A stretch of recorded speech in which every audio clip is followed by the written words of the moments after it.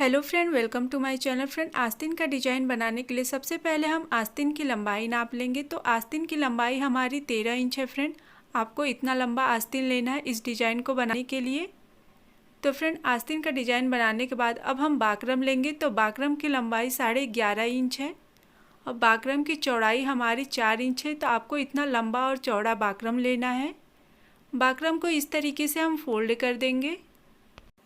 बाकरम को इस तरीके से फोल्ड करने के बाद अब नीचे की साइड से हम 1 इंच की लंबाई नापेंगे। 1 इंच की लंबाई नापकर हम यहाँ पे टिक लगा देंगे इस तरीके से। टिक लगाने के बाद अब उसकी ऊपर की साइड से हम 2.5 इंच की लंबाई नापेंगे। तो हम ऊपर की साइड में 2.5 इंच की लंबाई पे टिक लगा देंगे। अब हमें क्या करना है, इसे यहाँ से लाइन अप करना है और नीचे की साइड में जो हमने 1 इंच की लंबाई पे टिक लगाया है, अब वहाँ से हमें 1 इंच की चौड़ाई नापनी है इस तरीके से। यहाँ पे हम चौड़ाई पे टिक लगा लेते हैं। तो फ्रेंड, इस तरीके से हमने लंबाई और चौड़ाई पे टिक लगाने के बाद तिरछी में इस तरीके से लाइन अप करनी है। तो यहाँ पे हम इस तरीके से तिरछी में लाइन अप कर लेंगे और नीचे की साइड में भी हम चौड़ाई पे इस तरीके से 1 इंच की चौड़ाई पे लाइन अप कर लेंगे। बिल्कुल इसी तरीके से हमें ऊपर की साइड में भी डिजाइन बनानी है। तो 1 इंच की लंबाई नापेंगे हम यहाँ से। इस तरीके से 1 इंच की लंबाई नापने के बाद अब हम 1 इंच की चौड़ाई नापेंगे। चौड़ाई नापने के बाद अब हम 2.5 इंच की लंबाई नापेंगे डिजाइन का। तो फ्रेंड, इस तरीके से हमने सारी डिजाइन बना ली है। अब हम डिजाइन की कटिंग कर लेंगे। तो सबसे पहले इस तरीके से नीचे की साइड से कटिंग करें, फिर तिरछी में इस तरीके से, जो कि बहुत ही इजीली आप इस तरीके से इस डिज़ाइन की कटिंग कर सकते हैं। तो फ्रेंड, बिल्कुल यही स्टेप फॉलो करें इस डिज़ाइन की कटिंग करने के लिए। अभी तक आपने हमारे चैनल को सब्सक्राइब नहीं किए तो प्लीज़ हमारे चैनल को सब्सक्राइब करके घंटे को बजाना ना भूलें। तो फ्रेंड, इस तरीके से डिज़ाइन की कटिंग करने के बाद इस्त्री की सहायता से बाकरम को कपड़े पे इस तरीके से आपको चिपका लेना है। इस्त्री की सहायता से कपड़े पे चिपकाने के बाद अब हम इस तरीके से साइड से कपड़े को फोल्ड करेंगे। बाकरम के किनारे की साइड में इस तरीके से हम फोल्ड करेंगे और एक बराबर में सीधी सिलाई चला लेंगे। तो फ्रेंड, अभी तक आपने हमारे चैनल को सब्सक्राइब नहीं किए तो प्लीज़ हमारे चैनल को सब्सक्राइब करके घंटे को बजाना ना भूलें, जिससे हमारी नेक्स्ट वीडियो की नोटिफिकेशन आपको मिल जाए। दूसरी साइड में भी बिल्कुल इसी तरीके से हम कपड़े को फोल्ड करेंगे और एक बराबर में सीधी सिलाई चला लेंगे इस तरीके से। सिलाई चलाने के बाद जो हमारा ऊपर की साइड में और नीचे की साइड में एक्स्ट्रा कपड़ा है, हम एक बराबर में इस तरीके से कट कर लेंगे। तो बिल्कुल इसी तरीके से आपको भी कट कर लेना है एक बराबर में। एक बराबर में इस तरीके से कट करने के बाद अब हम आस्तीन के कपड़े पे डिज़ाइन को इस तरीके से लगाएंगे। ये रहा हमारा आस्तीन का कपड़ा और डिज़ाइन को यहाँ पे इस तरीके से लगाना है। थोड़ा सा ऊपर लेना है हमें, इस तरीके से थोड़ा सा ऊपर हम लेंगे। अब हम इसके बीच में सीधी सिलाई चलाएंगे। सबसे पहले बीच में हमें इस तरीके से सीधी सिलाई चलानी है सबसे पहले। तो इस तरीके से हम डिजाइन को बीचों बीच हम इस तरीके से सीधी सिलाई चलाएंगे। अब यहाँ से हम कपड़े को इस तरीके से घुमा लेंगे और जिस शेप में हमारा डिजाइन का कटिंग हुआ है उसी शेप में हम इस तरीके से कपड़े को घुमा घुमा के सिलाई कर लेंगे।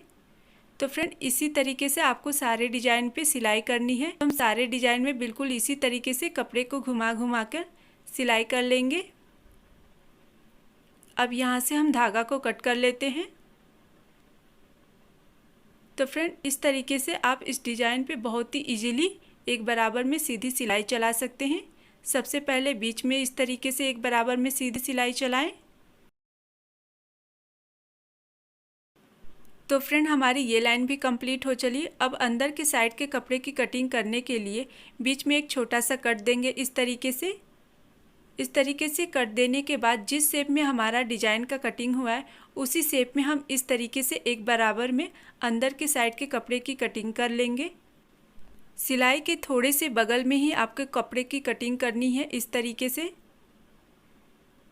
एकदम हल्का सा बगल में आपको कटिंग करनी है। तो फ्रेंड, हमारी ये लाइन भी कंप्लीट हो चली है। अब हमें क्या करना है, बाकरम को इस तरीके से बीच में से हमें कट करना है।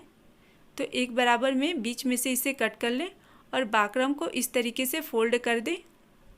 जो कि आपका डिज़ाइन परफेक्ट शेप में आ जाएगा इस तरीके से। तो फ्रेंड देखिए यहाँ ये हमारा डिज़ाइन परफेक्ट शेप में आ गया है। दूसरा डिज़ाइन भी बिल्कुल इसी तरीके से फोल्ड करें बाकरम को, और बहुत ही इजीली आप इस डिज़ाइन को इस तरीके से बना सकते हैं फ्रेंड। अब तीसरा बाकरम को भी हम फोल्ड कर ले इस तरीके से। तो फ्रेंड हमारे डिज़ाइन में बहुत ही अच्छा फिनिशिंग आया है इस तरीके से। ये देखिए हमारा डिज़ाइन बहुत ही सुंदर लग रहा है। तो इस तरीके से डिज़ाइन बनाने के बाद फ्रेंड अब हम डोरी लेंगे। तो अगर आपको डोरी बनाने नहीं आती है तो डिस्क्रिप्शन में इसकी लिंक दी गई है, आप वहाँ से देख सकते हैं कि डोरी किस तरीके से बनाई जाती है। अब डोरी की लंबाई हम नापेंगे। तो हमें डोरी की लंबाई 3.5 इंच लेनी है। तो 3.5 इंच की लंबाई नापकर हम यहाँ से कट कर लेंगे। तो फ्रेंड हमें ऐसी ढेर सारी कटिंग करनी है। तो इस तरीके से हम एक बराबर में लंबाई नाप के ढेर सारी कटिंग कर लेंगे। और कुछ इस तरीके से कागज़ पे आपको डोरी को लगाकर सिलाई कर लेनी है इस तरीके से। अब हम सारे डिज़ाइन को इस तरीके से कट कर लेंगे। बिल्कुल इसी तरीके से आपको भी कट कर लेना है डिज़ाइन का। डिज़ाइन का कटिंग करने के बाद अब हम आस्तीन का कपड़ा लेंगे और डिज़ाइन को इस तरीके से नीचे की साइड में हम लगाकर एक बराबर में सिलाई चला लेंगे। तो बिल्कुल इसी तरीके से एक बराबर में आपको डिज़ाइन को लगाना है और इसके ऊपर सिलाई चलानी है। तो बिल्कुल यही स्टेप फॉलो करें, क्योंकि आप इस तरीके से इस डिज़ाइन को बहुत ही इजीली बना सकते हैं। यहाँ से हम इस तरीके से सिलाई चला लेंगे। अब हम कपड़े को इस तरफ में घुमा लेंगे सीधा में।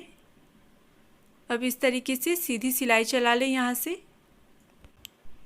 इस तरीके से यहाँ पे सीधी सिलाई चलाने के बाद अब कपड़े को हम दूसरी तरफ में घुमा लेंगे इस तरीके से। अब नीचे की तरफ में इस तरीके से सीधी सिलाई कर लें। अब हम कपड़े को फिर से यहाँ से घुमा लेंगे। यहाँ से हम डबल सिलाई करके धागे को लॉक कर लेंगे। तो फ्रेंड इसी तरीके से हमने सारी डिज़ाइन बना ली है।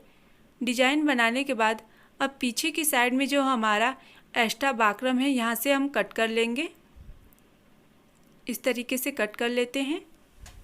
अब नीचे की साइड से हम कपड़े को इस तरीके से फोल्ड करेंगे और इसके ऊपर हम सीधी सिलाई चला लेंगे एक बराबर में। सिलाई करते समय ये बात का ध्यान रखें फ्रेंड, फोल्ड किया हुआ कपड़ा एक बराबर होना चाहिए, ना कहीं ज़्यादा चौड़ा होना चाहिए और ना कहीं ज़्यादा पतला होना चाहिए, बिल्कुल एक बराबर होना चाहिए। तो फ्रेंड इस तरीके से हमारी ये लाइन भी कंप्लीट हो चली है। और जो फ्रेंड हमारे डिज़ाइन पे कागज़ लगा है उसे हम इस तरीके से निकाल लेंगे। तो बिल्कुल इसी तरीके से कागज़ को निकालने के बाद अब हम डिज़ाइन में इस तरीके से मोती लगा लेंगे। तो फ्रेंड हमारा डिज़ाइन कंप्लीट हो चला है। Thanks for watching my video.